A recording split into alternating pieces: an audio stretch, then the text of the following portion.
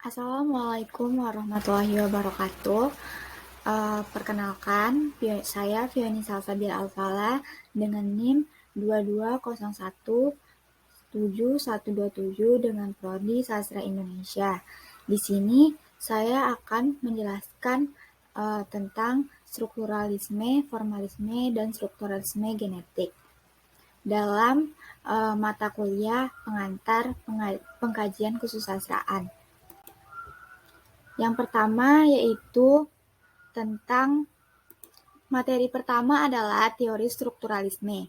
Strukturalisme adalah metodologi yang unsur budaya manusia harus dipahami dalam hal hubungan mereka dengan yang lebih besar. Sistem secara keseluruhan atau umum disebut struktur. Strukturalisme dapat dipandang sebagai suatu pendekatan objektif. Pendekatan strukturalis berangkat dari pandangan kaum strukturalisme yang menganggap karya sastra sebagai struktur yang unsurnya berhubungan antara satu dengan yang lain. Menurut Aristoteles, meletakkan dasar yang kuat untuk pandangan yang menganggap karya sastra sebagai struktur yang otonom dalam bukunya yang berjudul Poetika pada tahun 3400 sebelum Masehi di Athena. Pendekatan struktural sempat tidak diminati pada abad ke-19. Setelah itu, pada abad ke-20, pendekatan ini muncul kembali. Pendekatan strukturalisme dalam karya sastra dipelopori oleh kaum formalis Rusia dan strukturalisme. Peraha ini mendapat pengaruh langsung dari teori linguistik Ferdinand de Saussure. Konsep Saussure menganggap linguistik sebagai ilmu yang otonom. Jika ditarik dalam ilmu sastra, maka karya juga memiliki sifat keotonomian, sehingga pemberian mengenai karya sastra tidak perlu dikaitkan dengan ilmu yang lainnya. Oke, tokoh-tokoh dan konsep dasar teori struktural. Yang pertama, menurut Aristoteles ada 4 konsep, yaitu yang pertama, order, berarti urutan atau aturan, urutan aksi harus dan logis teratur. Yang kedua adalah unity, berarti bahwa semua unsur dalam plot harus ada dan tidak bisa bertukar tempat tanpa mengacaukan keseluruhannya. Yang ketiga adalah komplektik, berarti bahwa luasnya ruang lingkup dan komplekan karya harus cukup untuk memungkinkan perkembangan peristiwa yang logis untuk menghasilkan peredaran dari nasib buruk atau sebaliknya. Yang ketiga adalah coerence, berarti bahwa sastrawan tidak bertugas untuk menyebut hal-hal yang benar terjadi, tetapi yang kedua, menurut Ferdinand de Saussure, linguistik merupakan ilmu yang otonom.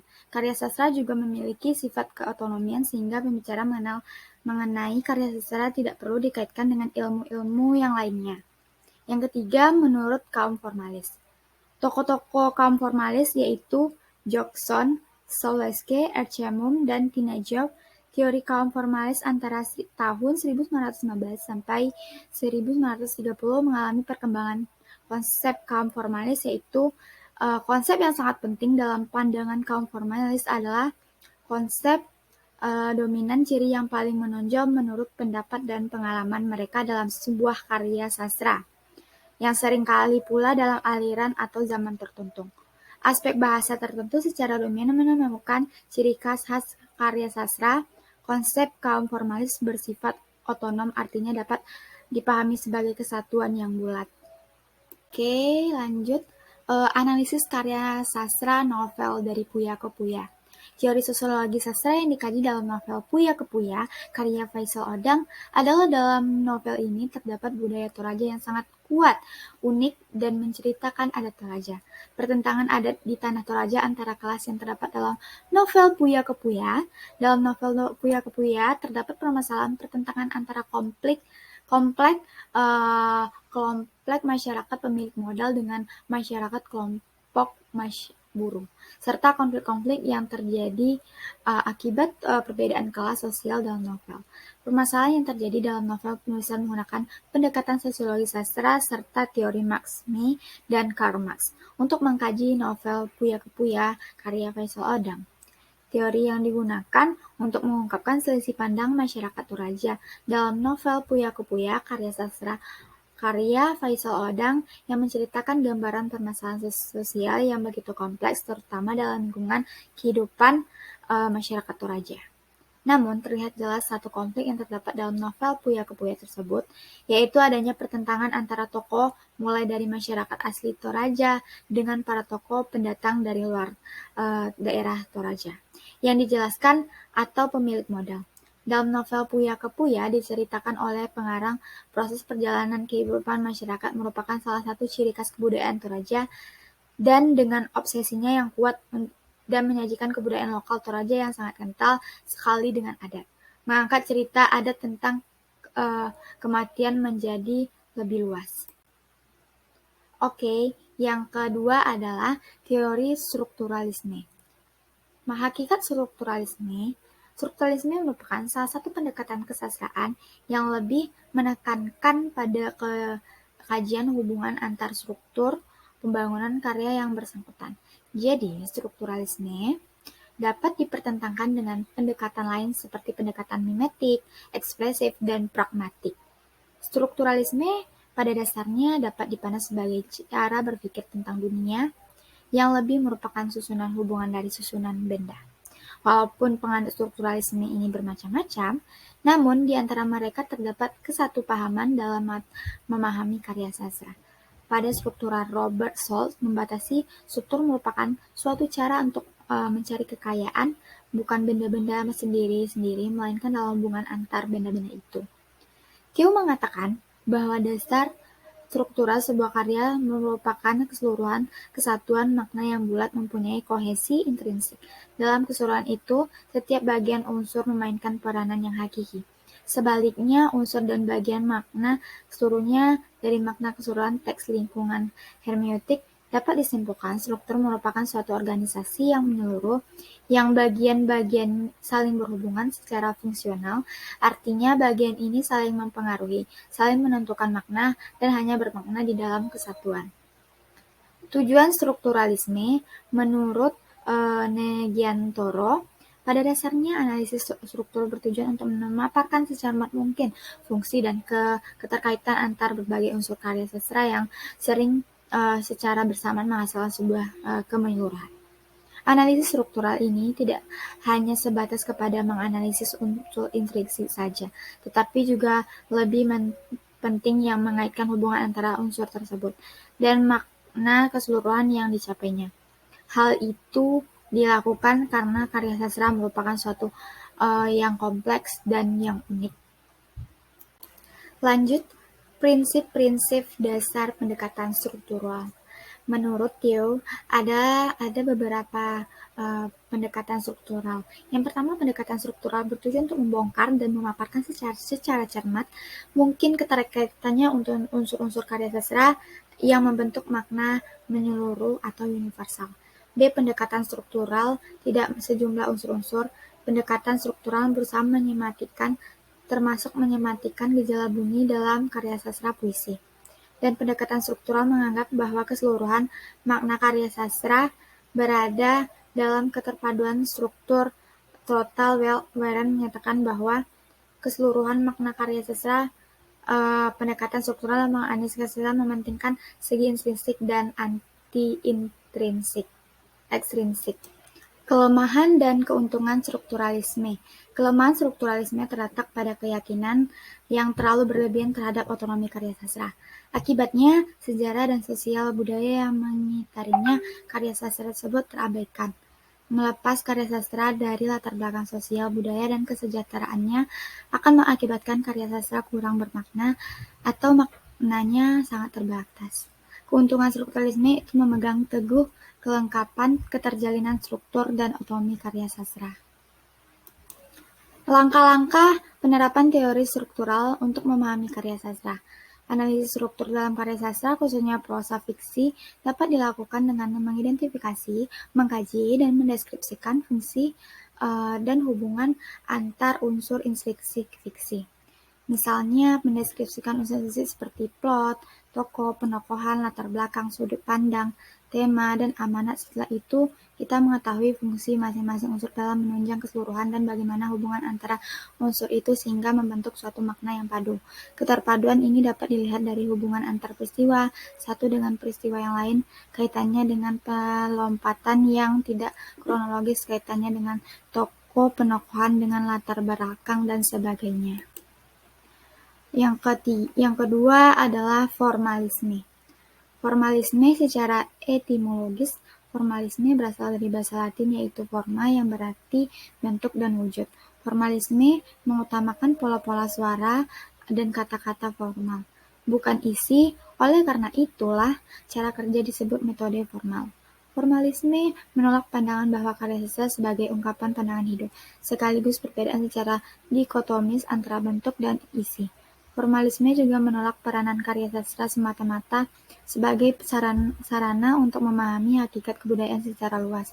Tujuan pokok formalisme adalah studi ilmiah tentang sastra dengan cara meneliti unsur kesastraan, puitika, asosiasi, oposisi, dan sebagainya. Sebagai teori modern dari sastra, secara historis, kelahiran formalisme dipicu oleh paling sedikit 3 faktor, sebagai berikut. Yang pertama adalah formalisme lahir sebagai akibat penolakan terhadap paradigma positifme abad ke-19 yang memegang teguh prinsip-prinsip kausalitas dalam hubungan ini sebagai reaksi terhadap studi biografi. Yang kedua, kecenderungan yang terjadi dalam ilmu humaniora, di mana terjadi pergeseran dari paradigma diakronis ke sinkronis. Yang ketiga adalah penolakan terhadap pendekatan tradisional yang selalu memberikan perhatian terhadap hubungan karya sastra dengan sejarah, sosiologi, dan psikologi. Yang kedua tentang konsep formalisme. Konsep yang mendasari studi kaum atau formalisme ialah tidak berfokus pada bagaimana sastra dipelajari, melainkan apa yang sebenarnya menjadi persoalan pokok dari suatu sastra itu sendiri. Konsep formalisme juga menganggap penting berbagai ragam bahasa. Konsep formalisme yang lain juga menjelaskan bahwa nyatanya dinamis dan berdiri sendiri. Konsep formalisme selanjutnya ialah gagasan mengenai teknik berhubungan dengan bentuk-bentuk. Konsep formalisme menganggap bahwa plot merupakan posisi sebagai struktur. Tokoh-tokoh formalisme yang pertama adalah Viktory Sdekalowski, mengemukakan bahwa sifat kesastraan muncul sebagai akibat penyusunan dan pengubahan bahan yang mulai bersifat netral. Yang kedua adalah Boris Eichenbaum, memberikan penegasan bahwa kaum formalis dipersatukan oleh adanya gagasan untuk membebaskan diksi puitik dan kekekangan intelektualisme dan moralisme yang diperjuangkan dan menjadi obsesi kaum simbolis. Yang ketiga adalah Boris Tomaszewski, menyebut MOS sebagai satuan alur terkecil. Secara umum, motif berarti sebuah unsur yang penuh arti dan yang diulang-ulang di dalam satu atau sejumlah karya. Di dalam karya, motif merupakan unsur arti yang paling kecil di dalam cerita. Formalisme Rusia pada tahun 1915 sampai 1930. Lahirnya formalisme Rusia, gerakan avant-garde memberontak dan menolak terhadap tradisi dan kebudayaan futurisme. Sastra hendaknya menyesuaikan diri dengan zaman modern yang bergerak cepat dan bentuknya tidak mengenal ketenangan. Reaksi terhadap aliran positivisme tidak sependapat dengan aliran positivisme yang terlalu memperhatikan data biografis dalam studi ilmiah dan cenderung menganggap yang ilahi sebagai absolut. Rekal terhadap materialisme, abad mesin sebagai wilayah puitis, yang alon politifnya mendukung revolusi. Yang ketiga adalah pokok-pokok gagasan, defamiliarisasi dan deotomanisasi, teori naratif, pokok gagasan, dan analisis motif.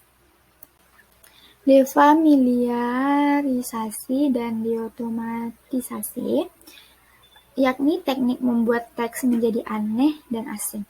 Istilah defamiliarisasi dikemukakan oleh Sapolsky untuk menyebut teknik bercerita dengan gaya bahasa yang menonjol dan menyimpang dari biasanya. Teknik-teknik itu misalnya menunda, menyisipi, memperlambat, memperpanjang, dan mengulur-ngulur suatu kisah sehingga menarik perhatian karena tidak dapat ditanggapi secara otomatis. Teori naratif konformalisme, dikotomi baru antara struktur yang terguru dengan bahan material yang terorganisir, menggantikan dikotomi lama antara bentuk dan isi. Untuk kepentingan analisis teks naratif, mereka menekankan perbedaan antara cerita, alur, dan motif. Menurut mereka, yang sungguh bersifat kesusastraan adalah alur, sedangkan cerita yang hanyalah bahan mentahan yang menjadi membutuhkan pengelolaan pengarang. Motif merupakan kesatuan terkecil dalam peristiwa yang diceritakan. Yang ketiga adalah analisis motif. Secara sangat umum, motif berarti sebuah unsur yang penuh arti dan yang diulang-ulang di dalam satu atau sejumlah karya. Di dalam suatu karya, motif merupakan unsur arti yang paling kecil di dalam cerita.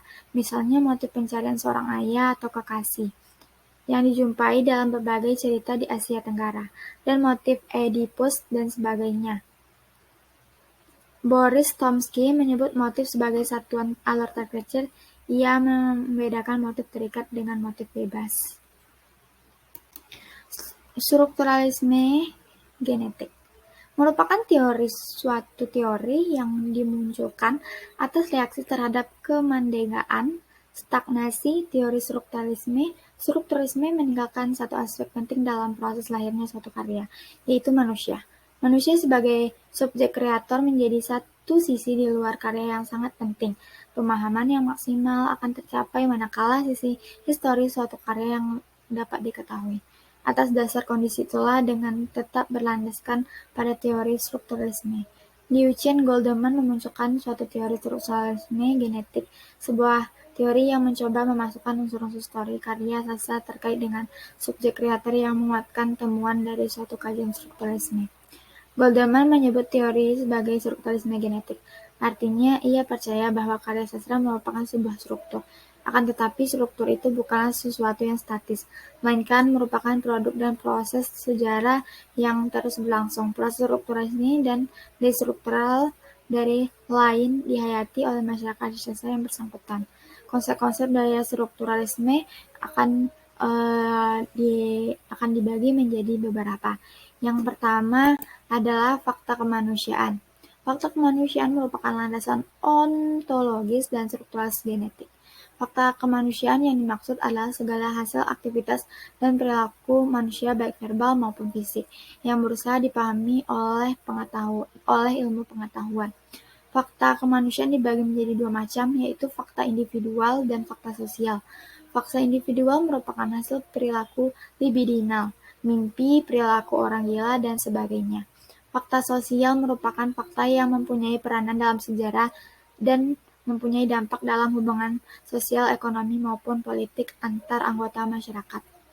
Goldman menganggap sebuah fakta kemanusiaan merupakan sesuatu yang berarti.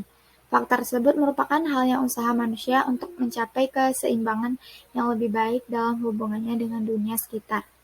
Yang ketiga adalah subjek kolektif. Dalam teori ini, terdapat dua macam subjek yang terkaitan dengan fakta kemanusiaan, yang subjek individual, yang subjek kolektif. Menurut Goldman, hanya subjek kolektif disebut juga subjek transindividual yang mampu menciptakan fakta-fakta sosial. Subjek kolektif transindividual yang berupa kelompok kekerabatan, kelompok kerja, kelompok sebagainya. Terkait dengan teori Marx, subjek kolektif ini dispesifikasikan sebagai kelas sosial. Yang ketiga adalah pandangan dunia homologi, strukturalisasi, dan struktur. Goldman percaya pada adanya homologi antara struktur karya sastra dengan struktur masyarakat, sebab keduanya merupakan produk aktivitas strukturasi yang sama. Konsep homolog berbeda dengan refleksi. Homologi sejajaran struktur antara struktur karya sastra dengan struktur masyarakat itu sendiri. Menurut strukturalisme genetik, tidaklah bersifat langsung. Struktural karya tidak teroma homolog dengan struktur masyarakat, melainkan homolog dengan pandangan dunia yang tumbuh dan berkembang dalam masyarakat itu. Pandangan dunia itulah yang pada gilirannya berhubungan langsung dengan struktural masyarakat. Pandangan dunia merupakan kompleks menyeluruh dari gagasan, aspirasi-aspirasi, dan perasaan-perasaan yang menghubungkan secara bersama-sama anggota suatu kelompok sosial tertentu dan mempertentangkannya dengan kelompok sosial lainnya. Yang ketiga, yang keempat adalah struktur karya. Karya sastra merupakan produk strukturalisasi dan subjektif kolektif seperti yang dikemukakan yang di atas. Goldman mengupakan dua pendapat mengenai karya sastra. Pada umumnya, karya sastra merupakan ekspresi pandangan dunia secara imajiner dalam usahanya mengekspresikan pandangannya itu. Dari optakan semesta tokoh-tokoh, objek-objek, dan relasi-relasi secara imajiner. Yang kelima adalah dialektika pemahaman penjelasan. Dialektika pemahaman dan penjelasan terkait dengan metode dialektik, prinsip metode dialektik yang membuatnya berhubungan dengan masalah koherensi dan pengetahuan mengenai fakta-fakta kemanusiaan yang akan tetap abstrak apabila tidak dibuat konkret dengan mengintegrasikan ke dalam keseluruhan. Sehubung dengan itu, metode dialektik mengembangkan dua pasang konsep yaitu keseluruhan, bagian, dan pemahaman penjelasan. Masuk ke materi yang keempat tentang pendekatan objektif. Pendekatan objektif merupakan pendekatan sastra yang menekankan pada segi intrinsik karya sastra yang bersangkutan, yaitu pendekatan yang sangat mengutamakan penyelidikan karya sastra berdasarkan kenyataan teks sastra itu sendiri. Hal-hal yang di luar karya sastra walaupun masih ada hubungan dengan sastra dianggap tidak perlu untuk dijadikannya pertimbangan dalam menganalisis karya sastra. Prinsip umum pendekatan objektif. Dalam pendekatan objektif telah banyak dikembangkan oleh metode-metode penelitian seperti formalisme Rusia, strukturalisme Prancis, strukturalisme Cekoslovakia, neokritiam Amerika. Istilah strukturalisme juga berkembang menjadi post-strukturalisme, strukturalisme dinamik, intelektualisme, namun semuanya itu akan diperinci dalam pembicaraan ini. Prinsip terapan pendekatan objektif. Berdasarkan prinsip umum pendekatan objektif di atas dan unsur fiksi yang telah dikemukakan pada bagian terdahulu, maka terapan dalam cerpen dan novel tidaklah berbeda. Kedua fiksi ini mempunyai unsur yang sama, yakni gaya bahasa, sudut pandang, alur, penokohan, dan latar belakang, dan tema amanat. Materi yang kelima tentang ketetapan menerapkan pendekatan objektif dan teori strukturalisme dan formalisme dalam mengkaji karya sastra. Teori strukturalisme dan formalisme dalam mengkaji karya sastra. Yang pertama, teori strukturalisme dalam mengkaji karya sastra. Secara etimologi, struktur berasal dari kata strukturan, bahasa Latin yang berarti bentuk dan bangunan. Asal-muasal strukturalisme seperti sudah dikemukakan di atas, dapat dilacak dalam Poetika Aristoteles dalam kaitan dengan tragedi, lebih khusus lagi dalam pembicaraan mengenai plot. Konsep plot harus memiliki ciri-ciri yang terdiri atas kesatuan, keseluruhan, kebulatan, dan keterjalinan. Perubahan paradigma yang sangat mendasar baru menjadi 25 abad kemudian, yaitu dengan memberi prioritas pada karya sastra itu sendiri. Perkembangan tersebut diawali oleh formalisme Rusia pada tahun 1915 sampai 1930, strukturalisme Praha sampai 1930-an, kritik baru di Amerika Serikat tahun dan sekitar 1960 disusul oleh strukturalisme baru di Rusia, strukturalisme Prancis, struktural Inggris, gerakan otomi di Jerman, strukturalisme di Belanda, dan strukturalisme di Indonesia melalui kekompakan Rawamangun. Secara definitif, strukturalisme mulai dengan lahirnya ketidakpuasan dan berbagai kritikan atas formalisme. Sejarah strukturalisme dengan demikian juga sejarah teori yang pada umumnya adalah sejarah proses intelektualisasi. Menurut Kohn, sejarah tersebut dibangun atas dasar kekuatan evolusi sekaligus revolusi. Perkembangan teori ini tidak cukup dibangun atas dasar akumulasi konsep, metode, dan berbagai pandangan dunia lainnya, melainkan juga memerlukan perubahan secara radikal yang pada gilirannya memicu proses percepatan lahirnya teori-teori baru. Yang kedua adalah teori formalisme dalam mengkaji karya sastra. Sebagai teori modern mengenai sastra, secara histologis kelahiran formalisme dipicu oleh paling sedikit 3 faktor sebagai berikut. Yang pertama adalah formalisme lahir sebagai akibat penolakannya terhadap paradigma positivisme abad ke-19 yang memegang teguh prinsip-prinsip kausalitas dalam hubungan ini sebagai reaksi terhadap studi biografi. Yang kedua adalah kecenderungan yang terjadi dalam ilmu humaniora, di mana terjadinya pergeseran dan paradigma diakronik ke sinkronis. Yang ketiga adalah penolakan terhadap pendekatan tradisional yang selalu memberikan perhatian terhadap hubungan karya sastra dengan sejarah sosiologi dan psikologi. Tujuan pokok formalisme adalah studi ilmiah tentang sastra dengan cara meneliti unsur-unsur kesastraan, kritika, asosiasi, oposisi, dan sebagainya. Metode yang digunakan baik secara formalisme maupun sesudah menjadi strukturalisme, bahkan sudah strukturalisme adalah metode formal. Metode formal tidak merusak teks, juga tidak mereduksi, melainkan merekonstruksi dengan cara memaksimalkan konsep fungsi, sehingga menjadikan konteks sebagai suatu kesatuan yang terorganisir. Prinsip dan sarana inilah yang mengarahkannya pada konsep sistem dan akhirnya ke konsep struktur. Oleh karena itulah, menurut Leibniz, formalisme dianggap sebagai peletak dasar ilmu sastra modern. Oke, sekian dulu video kali ini. Semoga bermanfaat. Terima kasih. Wassalamualaikum warahmatullahi wabarakatuh.